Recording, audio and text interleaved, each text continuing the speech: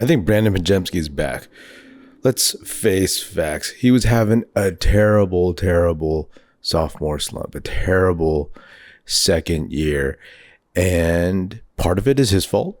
Part of it is not his fault. So Brandin Podziemski, he is back from whatever abdominal injury he had that kept him out for a big chunk of this past season. And since he's been back, he has honestly looked like Brandin Podziemski from his rookie season. And that changes the calculus for this Warriors team if they can keep moving forward with him this way. Let's go all the way back to when he was a spot starter, replacing Klay Thompson in the lineup last season.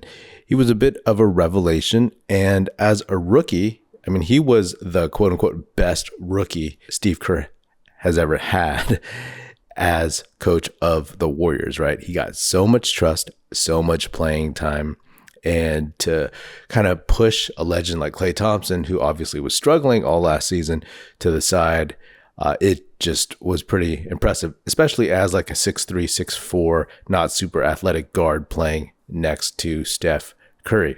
And the expectations were high, right? He led the league in charges last season as a rookie, and he looked like a real Warriors type player, a real glue guy. And that's when those expectations like kept going higher and higher. Even for him, he was first team all rookie as the 19th pick. And he was a guy that a lot of people, including myself, didn't even think would get much playing time outside of the G League last season. So, I was wrong.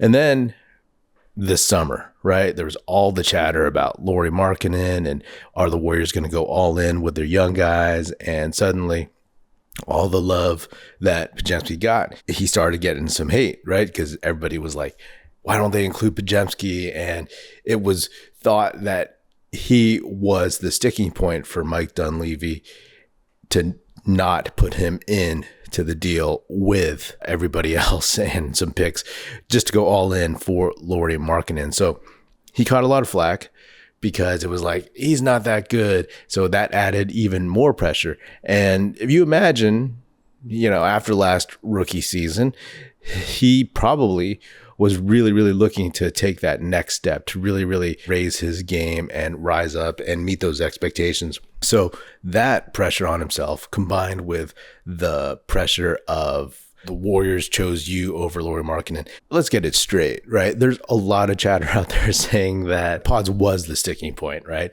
And that's not entirely true. Danny Ainge was never dealing fairly up front. He's Danny Ainge. He was really just trying to see how much he could get, what the value was for Lauri Markkanen, and how desperate the Warriors were. And if a young, inexperienced Mike Dunleavy Jr. would panic and go all in. And the Warriors didn't. And let's face facts, if they put Podziemski into the trade mix, that would not have automatically made Danny Ainge go like, yes, I want Podziemski and then I'll do this deal. That is totally false. So that was some pressure that Podziemski did not need. But then you come to this season and Podziemski, he's flat. His shooting's bad. His connector skills are gone, and he's moved down the bench. He gets replaced by Melton in the starting lineup, and he just becomes a shell of who he was. And it's a sophomore slump, but because so much pressure was put on him by himself, and then also the fans and the league and the media world, then he struggled. There were two players that Brandin Podziemski reminded me of this season, and one is Andre Iguodala. Obviously, not because of any kind of physical match or athletic match, but because of that connector status, right? Podziemski can score sometimes, but just like Andre Iguodala, he doesn't have to score to affect the game. Remember, early in the season, he was having the highest plus minus of the team, and that was something that Andre Iguodala famously did. So he was somebody you could insert that Steve Kerr could trust, that could make other guys better and do the little things, the details and whatnot. The other guy he reminds me of is Patrick McCaw. Again, not in a physicality thing or athleticism thing, but the idea that McCaw was going to be the guy that Andre Iguodala even said was going to replace him as this connector type. We're not really sure what happened to Patrick McCaw. My theory is that Patrick McCaw got shook once the Warriors signed Nick Young. And then I was like, hey, did Podziemski get shook when the Warriors signed DeAnthony Melton and Buddy Hield?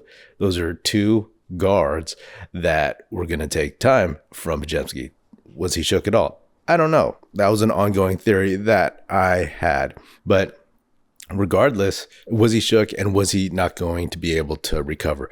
McCaw is still a mystery, but you know where that went. Podziemski getting injured, though, takes the pressure off of him.